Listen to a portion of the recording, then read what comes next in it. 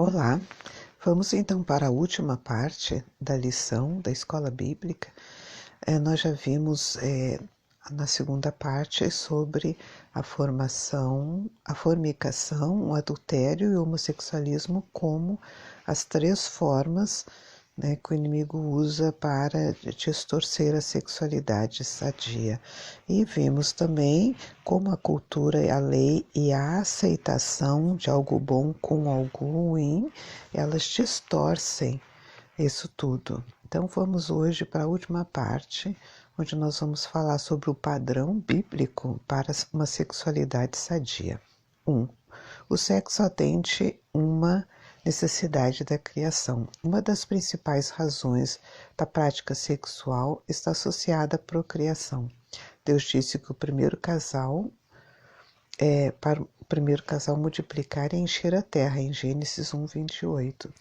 Sem a procriação, não haveria a perpetuação da espécie humana. O sexo, portanto, atende a uma necessidade premente da criação. 2. O sexo como implementação e satisfação. Além da procriação, o sexo deve atender à necessidade de complementação e satisfação. A Bíblia não condena a prática sexual quando ela é experienciada dentro dos limites que o Criador estipulou, o casamento. Mateus 19:5. A maneira que o Criador deixou para guardar o casal contra suas mais diversas formas de impureza, como a fornicação, adultério e homossexualidade, foi o sexo praticado dentro da esfera do casamento monogâmico e heterossexual. Contudo, convém dizer que o sexo no casamento não deve ser visto como um fardo, mas como um espaço no qual um se complementa do outro. Também não deve ser visto apenas como um dever ou obrigação a ser praticado de forma mecânica sem amor. Deve ser feito com amor, de forma que o casal se sinta satisfeito e realizado. Provérbios 5:18 e 19. O pastoreio cristão e a prática homossexual. Mesmo reprovando o comportamento homossexual por ser incompatível com os valores cristãos, a Igreja não deve de forma alguma deixar de enxergar a pessoa do homossexual como alguém que foi feito à imagem e semelhança de Deus, Gênesis 1:26, e que, portanto, também por ele deve ser amado, João 3:16, mas que tenha sido desbotada pelo pecado, contudo, nenhum homem ou mulher deixa de ser a imagem de Deus e, como tal, deve ser visto e respeitado como pessoa. A Igreja, portanto, não deve rejeitar o homossexual, como não deve rejeitar as demais pessoas que agem de forma contrária aos valores cristãos.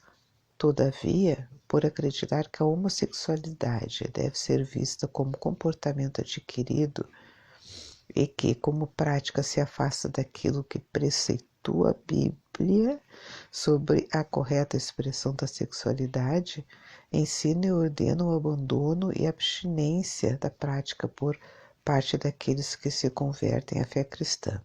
A Igreja crê e defende que qualquer forma de expressão sexual fora do casamento ou praticada por pessoas do mesmo sexo é mostrada nas Escrituras por pecaminosas. Por outro lado, acredita que o Evangelho é poderoso para transformar todo o que crê em Jesus Cristo como o Salvador, e isso inclui os homossexuais. A conclusão. Nessa lição, aprendemos sobre 3 dos principais desvios do modelo da sexualidade bíblica: a fornicação, o adultério, a homossexualidade. Essas três práticas pecaminosas têm ganhado cada vez mais espaço na sociedade nas últimas décadas. Muitos crentes têm negligenciado o ensino bíblico e também se rendido a essas sutilezas pecaminosas. Qualquer prática sexual fora do modelo bíblico traz consequências morais e espirituais.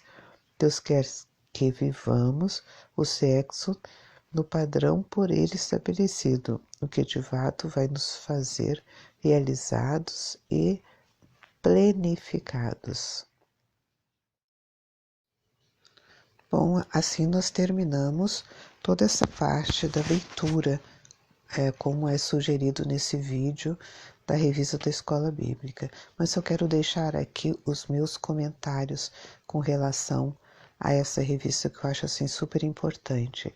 O título da revista fala sobre sutilezas, as sutilezas dos ataques do inimigo em todas as áreas de nossa vida. Na área da sexualidade, aqui nós abordamos na lição a fornicação, o adultério e o homossexualismo. Me parece que esses três coisas são as coisas assim mais clássicas que mais se fala dentro de uma doutrina já pré-estabelecida. Mas eu quero abordar aqui as sutilezas que eu acho que a revista deveria ter abordado. Sim, ou talvez vá abordar um pouquinho mais adiante, eu não conferi, né, com relação a essas práticas sexuais. Na família, há muito, o inimigo está tramando assim, muitas sutilezas. Então, nós temos, assim, não só para o caso do solteiro, né, ter uma relação sexual fora do casamento, ainda como solteiro, nós não temos só a questão do adultério, do homossexualismo, mas hoje em dia está se formando vários tipos de relações sexuais e afetivas dentro da família, tá? Por exemplo, a pedofilia. Pedofilia é uma coisa assim que acontece e já não é de hoje, que acontece em muitas famílias, tá? Com pessoas da própria família, pessoas do próprio parentesco, vizinhos, pessoas casadas, pessoas assim bem estabelecidas, muitas vezes eles erram e nesta prática eles erram, né, prejudicando aí os menores, né? E nós temos também as práticas do próprio casal. Muitas vezes o casal, na expectativa de transformar a sua vida sexual numa coisa mais prazerosa, quanto aqui na lição fala a questão de prazer e procriação, né, versus procriação, mas na tentativa de ter uma prática mais prazerosa, eles utilizam-se então de formas, de roupas e acessórios que não estão de acordo com as práticas cristãs. Nem tudo na Bíblia está escrito, mas a Bíblia fala que nós temos o Espírito de Deus conosco, que vai nos orientando e nos mostrando o que é certo e quais os limites, né, de uma relação sexual, até mesmo dentro do próprio casal, até próprio casal, né, nessa tentativa de deixar um relacionamento mais picante e ter experiências novas. Uma vez eu soube de uma coisa assim bem interessante. Um pastor aconselhando uma família que estava com dificuldades nesta área. Um dos dois do casal reclamou das atividades não estavam muito boas, sexuais, e o pastor o que falou? Veja filmes, veja na época falou até sobre carnaval, né? Veja imagens sobre o carnaval, veja filmes picantes, isso vai melhorar o relacionamento de vocês. Totalmente errado, né? Não há realmente necessidade disso e o que aconteceu? Porque o tempo se encarrega de mostrar o que está certo e o que estava errado, né? Hoje, quer dizer, até esse pastor já faleceu, mas ele se separou da esposa e foi realmente muito triste, porque realmente era um casal bem legal, um casal de pastores bem legais, mas eles não acabaram não dando certo, né? Então, temos que cuidar também essas sutilezas, tá? Orar, pedir ao Senhor para dar uma revelação no sentido de quais são os limites da prática sexual também, cuidar das crianças, dos adolescentes, das relações que eles podem ter, né? Cuidar também na escola, o que está se falando na escola, que está passando princípios de sexualidade, de família, quando isso seria obrigação da família, e muitas vezes a gente reclama, né, que a escola que a escola e o Estado estão ensinando coisas que a família deveria ensinar, mas a família não ensina. Então, a gente também tem que fazer uma autoavaliação para saber se nós estamos cumprindo o nosso papel.